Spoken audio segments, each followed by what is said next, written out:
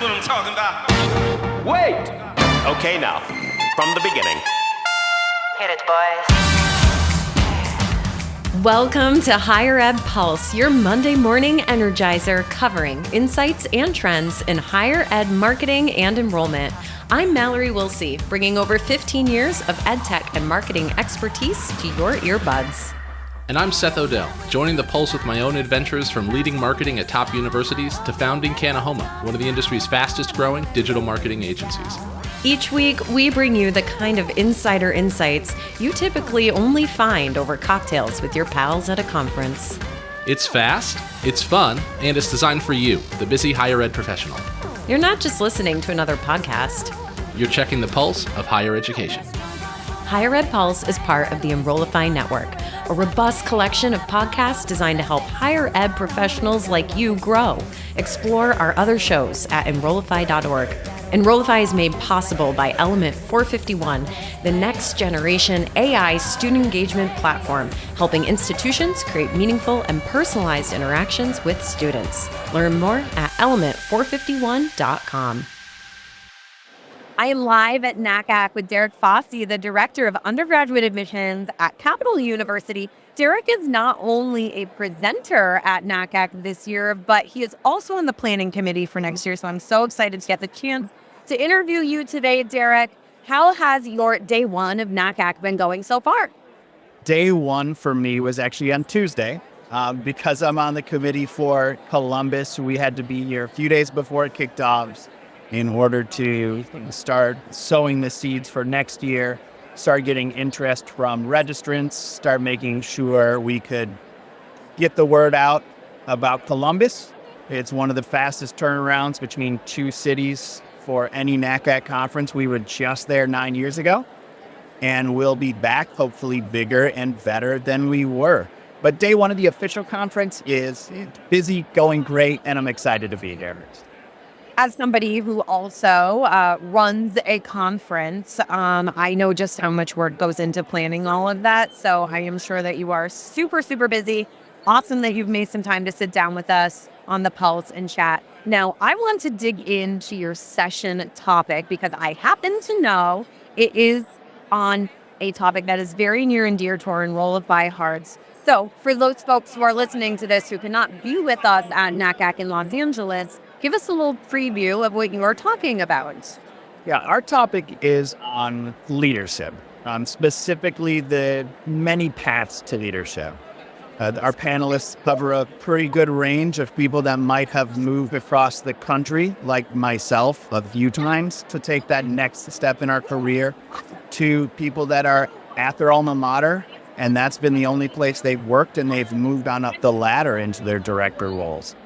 I saw on LinkedIn yesterday, 2 days ago, that there were 40% more job postings for directors of admission in the last week or month.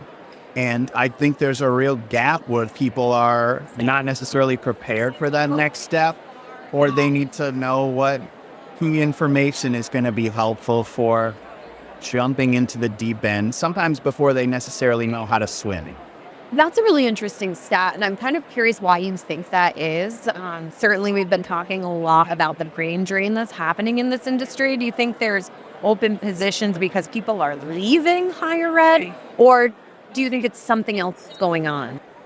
I think that's exactly it, and I don't fault anybody for it. I think there are job opportunities within and outside of higher ed everywhere. I've run into so many people already today that were in director positions or VP positions last year that are now on the vendor side. So enrollment cliffs, enrollment difficulties, Supreme Court decisions, and everything in between and beyond that. I think all of those have made this role difficult, and jumping into new positions outside of higher education, or at least on the education tech side, might be more preferable, and then leave some of these job openings that wouldn't necessarily be there. Maybe, though, with change comes opportunity, and therefore these open positions now give some rising and aspiring leaders some opportunity to level up in their own careers. So Let's dig into your presentation a little bit. What type of pathways are you seeing for aspiring leaders? And what kind of training is out there for those aspiring leaders? I think there's a lot of opportunities for training, for mentorship, and sometimes it's something you just have to look for, fight for, dig for. I've worked with a lot of great directors that I really love learning from, but at the time I wasn't necessarily thinking, well, what do I have to know about being a director in this office or in any of the mission office? I was just happy to learn what I could do in my current position. And so finding those mentors inside or outside of your office, getting connected with people on the vendor side that might have previously been in enrollment management roles has really been helpful for me and other people I know to get the skills that they need, get the maybe sometimes this confidence that they need to take that next step and sometimes learn along the way. What is one thing that you're hoping someone who attends your presentation on Saturday will walk away with? I want people to know that there are many paths to that next position, whether you can find it at your current institution, whether you can find it at an institution down the street, or whether it's somewhere completely different than where you thought you'd ever be or live, that it's out there. This is actually my first on-campus job. I've been regional in 3 different cities before stepping onto campus in the director role.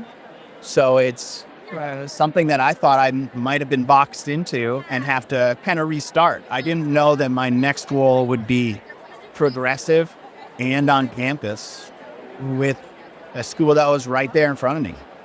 So, Derek, as we wrap this conversation up, what is some key advice that you would give to an aspiring director of undergraduate admissions?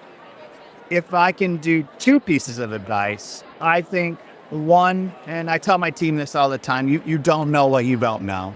You can learn something from every conversation you have with a colleague, with a counselor, with a student, and start to expand your knowledge of what you know, but what you might need to know for that next step or what might be keeping you in higher education. I think there's a lot of reasons to stay in higher education, and that might be a different reason for everybody.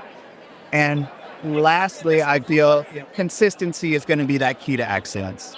When you are learning, take that same approach to learning every single day. When you are presenting to your family or counselors, take that same approach every single day and learn how you can consistently make yourself better at the end of the day than you were at the beginning. And even if you don't see it on the day-to-day, if you look back over the course of a year or a recruitment cycle, hopefully you see that where you end is not necessarily where you started and you've landed someplace for the better. Well, I'd be remiss if I didn't mention to listeners that we do have a lessons in leadership course running right now on Enrollify. This is an asynchronous course, perfect if you yourself are an aspiring leader. It covers across 7 modules, key leadership theories, really great training for folks to listen to. Derek, I so appreciate you, like I said, taking time out of your clearly very busy schedule. Any parting thoughts before we wrap up? If you are at the conference, I hope you have a great time. If you just wrapped up the conference, I hope you had a great time. If you weren't able to join us in Los Angeles, I would be remiss if I didn't put in a selfish plug for Capital University's home city, Columbus, and hope that we see you in 2025. Well, until then, thank you so much. And listeners, we'll catch you next time. Bye-bye.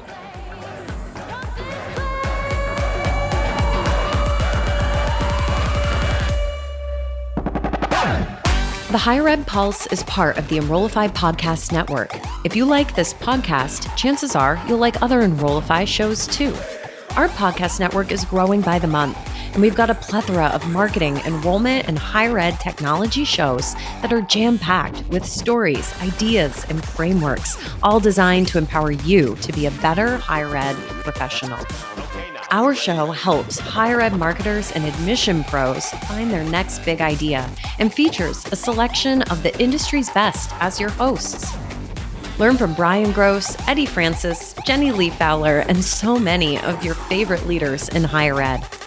Enrollify is made possible by Element 451, the next generation AI student engagement platform, helping institutions create meaningful and personalized interactions with students.